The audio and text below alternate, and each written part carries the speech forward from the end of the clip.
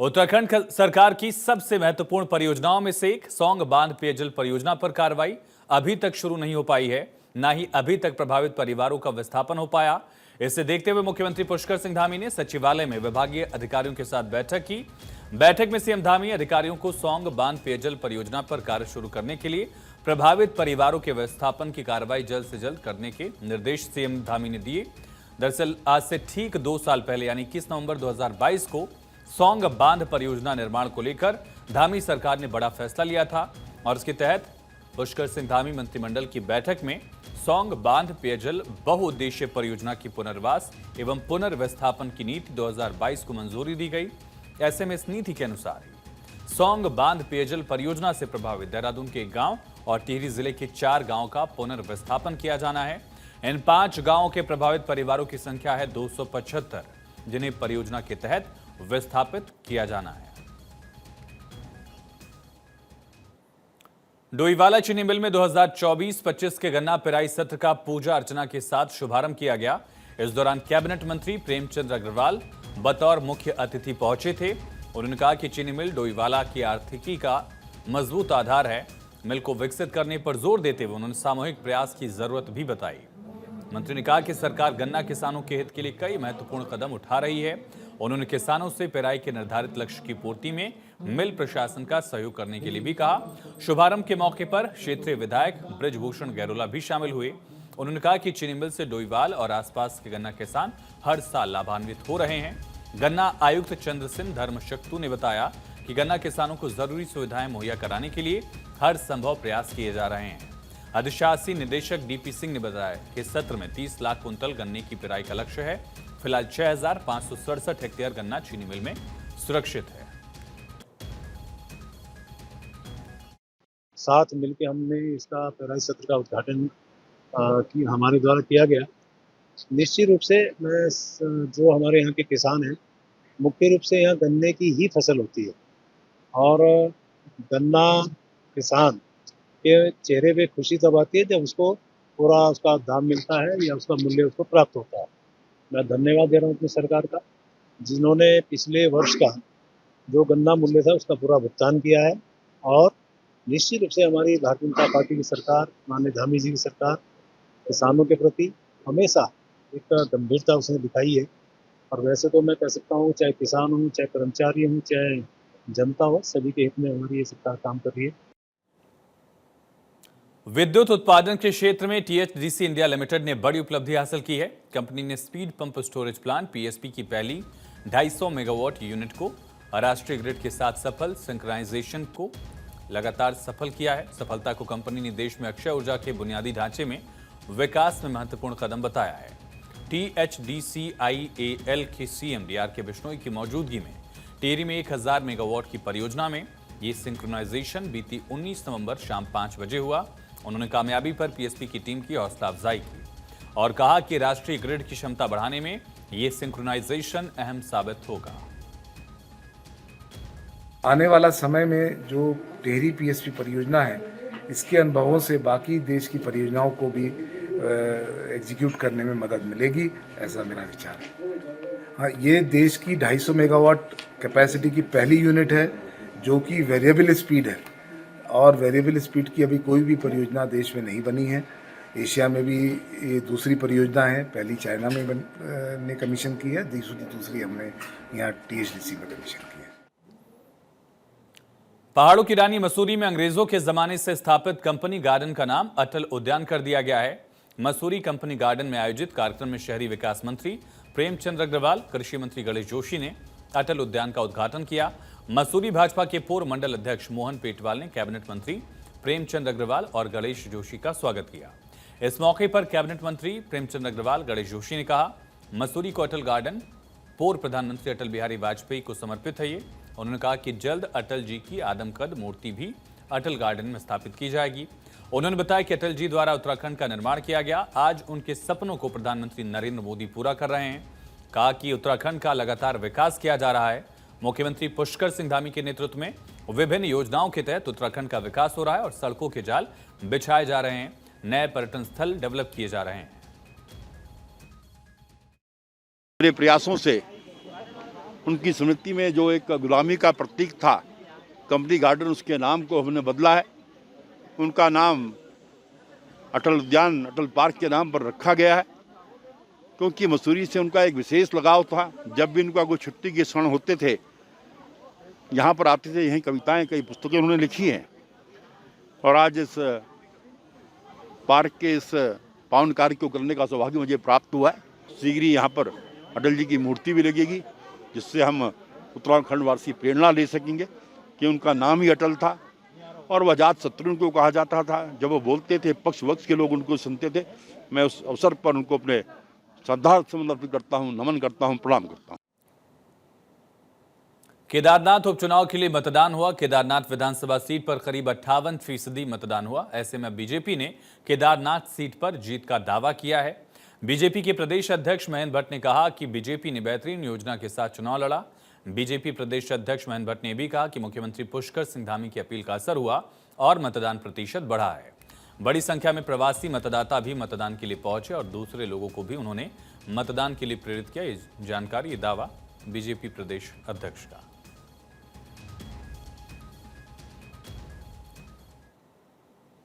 उत्तराखंड की धामी सरकार प्रदेश में स्वास्थ्य सेवाओं को बेहतर बनाने के लिए लगातार प्रयास कर रही है। प्राइवेट कंपनियां भी उत्तराखंड में आकर अपने अस्पताल खोल रही हैं और राज्य की सुविधाओं को, स्वास्थ्य सेवाओं को और बेहतर बनाने में अपना योगदान दे रही हैं। आरजी अस्पताल भारत की सबसे बड़ी यूरोलॉजी और लेप्रोस्कोपी हॉस्पिटल चेन देहरादून में भी अपनी सेवाएं देती हुई नजर आएगी।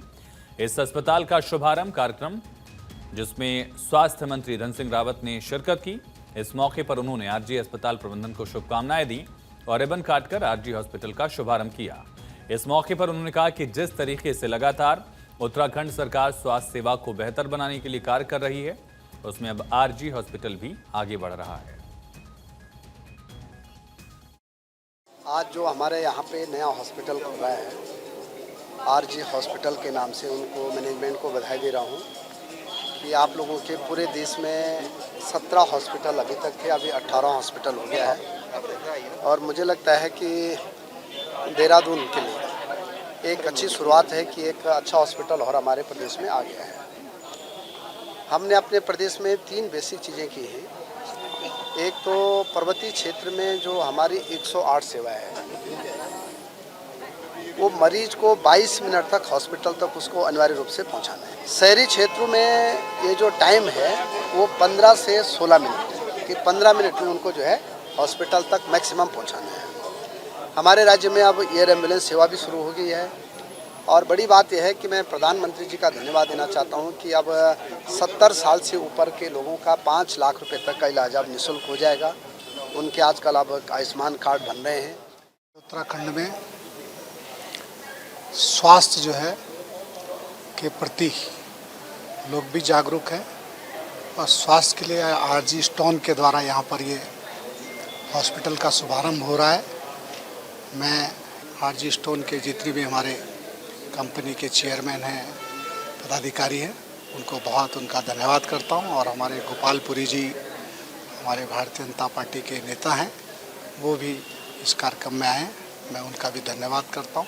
और इस जो हॉस्पिटल यहाँ पर खुल रहा है, निश्चित रूप से हमारे देहरादून वासियों का इसका लाभ मिलेगा। उत्तराखंड में क्रमबद्ध तरीके से हो रहे चुनाव के चलते बीजेपी भी सिलसिलेवार अपनी रणनीति को अंजाम दे रही है। इसी क्रम में बीजेपी मुख्यालय देहरादून में आज अहम बैठक की गई। इसमें बीजेपी के वरिष्ठ नेता मौजूद रहे। बैठक को लेकर कैबिनेट मिनिस्टर सुबोध उनियाल ने बताया, बीजेपी एक राजनीतिक दल है और प्रदेश में निकाय चुनाव भी होने हैं। ऐसे में किस तरह से पार्टी की रणनीति होनी चाहिए और चुनाव कैसे लड़ना है, इस पर बाकायदा चर्चा की गई, उन्होंने जानकारी दी।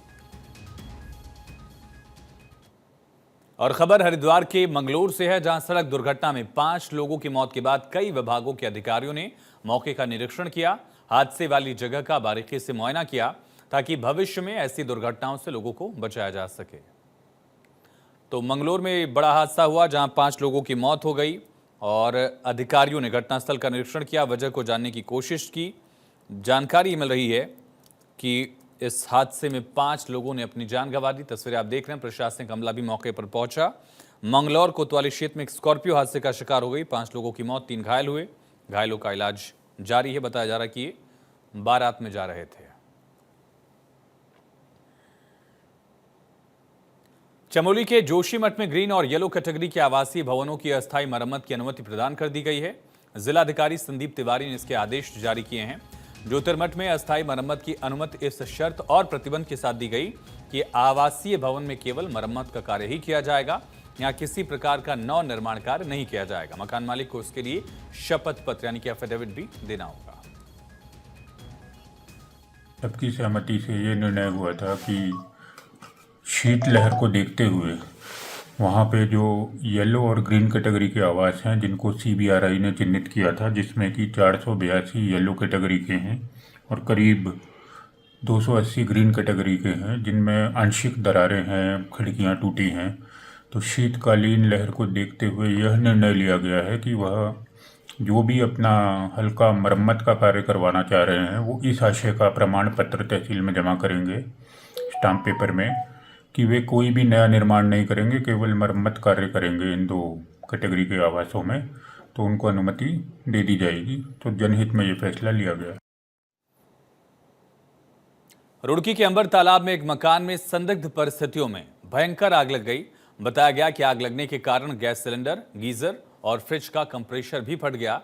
इस दौरान बचाव कर रहे लोगों को भी हल्की चोट आई है, जिन्हें इलाज के लिए अस्पताल भेजा गया है।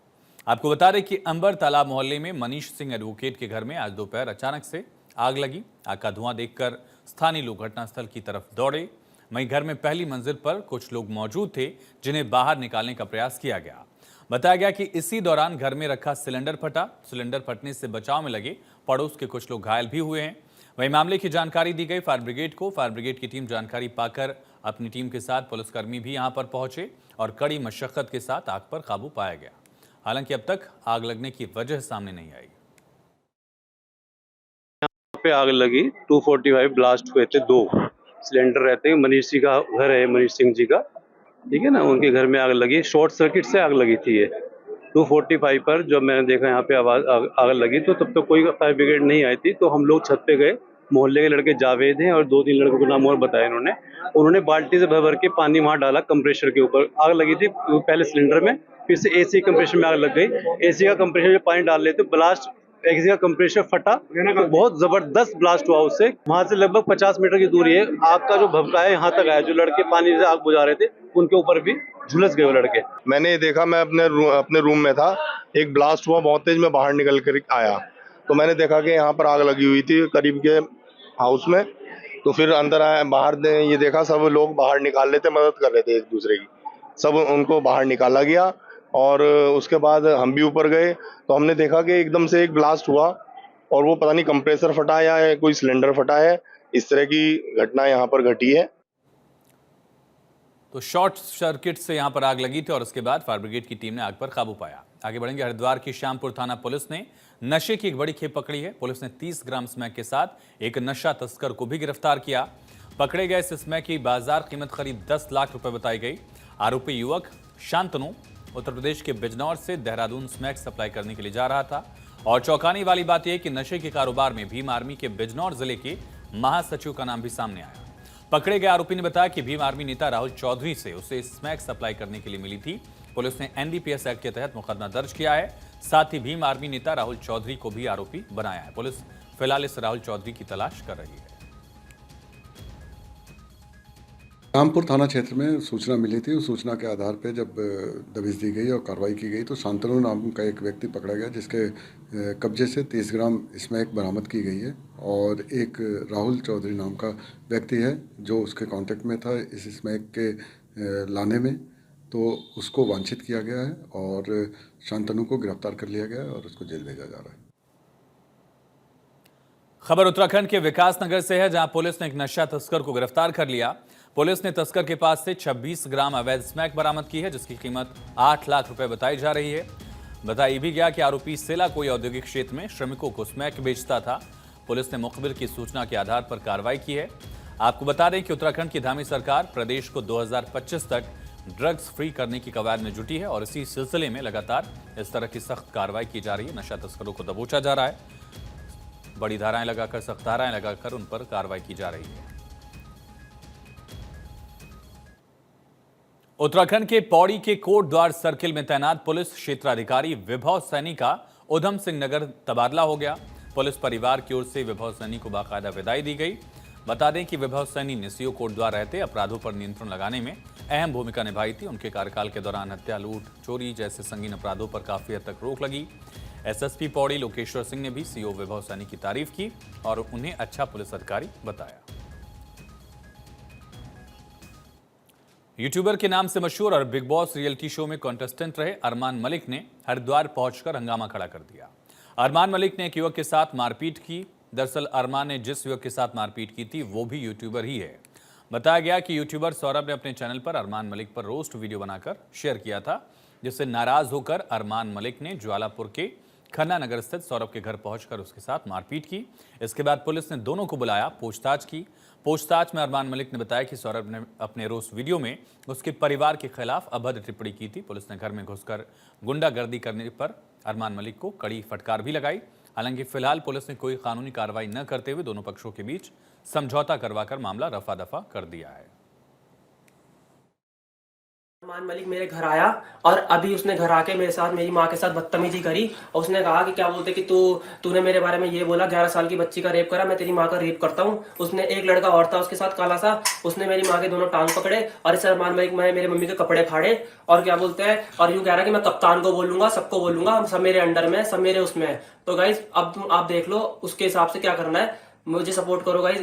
इसका कुछ ना कुछ करना है। मेरा कैमरा, मेरा फोन और मेरा लैपटॉप तीनों चीज चोरी करके ले गए। टीएचडीसी इंडिया लिमिटेड ने भारत के पहले variable speed pump storage plant की प्रथम यूनिट को राष्ट्रीय ग्रिड के साथ सफल सिंक्रोनाइजेशन करके एक बड़ी उपलब्धि हासिल की है, जो देश में ऊर्जा के लिए सबसे बड़ा योगदान बना है। टीएचडीसी इंडिया लिमिटेड के अध्यक्ष और प्रबंध निदेशक आर.के. बिश्नोई ने कहा कि इस सिंक्रोनाइजेशन से राष्ट्रीय ग्रिड की क्षमता को बढ़ाने में महत्वपूर्ण रोल रहेगा। साथ ही टिहरी हाइड्रो पावर कॉम्प्लेक्स को 2400 मेगावाट की क्षमता के साथ जल्द पूरा होने के करीब ला रहा है। वहीं भारतीय किसान यूनियन तोमर के बैनर तले किसानों ने रुड़की के रामनगर स्थित अधिशासी अभियंता कार्यालय पर धरना प्रदर्शन किया, जमकर नारेबाजी की। भारतीय किसान यूनियन तोमर के जिला प्रभारी मुसिर आलम ने आरोप लगाया और कहा कि विद्युत विभाग द्वारा किसानों का जानबूझकर शोषण किया जा रहा है। पिछले साल हरजोली झोझा में एक किसान के घर पर विद्युत विभाग ने छापेमारी की, जिसका जुर्माना किसान ने जमा करा दिया। वहीं विद्युत विभाग के कर्मचारियों द्वारा किसान के नाम पर 2 बार जुर्माना कर दिया गया, जो कि बिल्कुल गलत है, निराधार है। इसकी शिकायत तहसील दिवस में जिलाधिकारी से भी की गई। भारतीय किसान यूनियन तोमर के राष्ट्रीय सचिव तालिब हसन ने कहा कि भारतीय किसान यूनियन तोमर के कार्यकर्ताओं में भारी आक्रोश है और अधिशासी अभियंता कार्यालय पर 1 दिवसीय धरना प्रदर्शन करके इसमें सही जांच की मांग की गई। मौके पर पहुंचे अधिशासी अभियंता अनूप सैनी ने कार्यकर्ताओं से बात की और सभी समस्याओं का जल्द समाधान करने का आश्वासन दिया। इसके बाद धरना समाप्त हुआ। यह धरना तो 1 दिवसीय था। अगर हमारी मांगे नहीं मानी जाती तो फिर इसकी निश्चितकालीन धरने की घोषणा कर दी जाएगी। हमने एक्शन साहब पर रिजोल्यूशन रखी, आलैया को सूचना दे रखी, उसके बाद भी कुछ नहीं हुआ। तहसील दिवस में भी हमने दिया था, उन्होंने जांच के लिए लिखा, लेकिन जांच फिर गलत लिख कर भेज दी इन्होंने।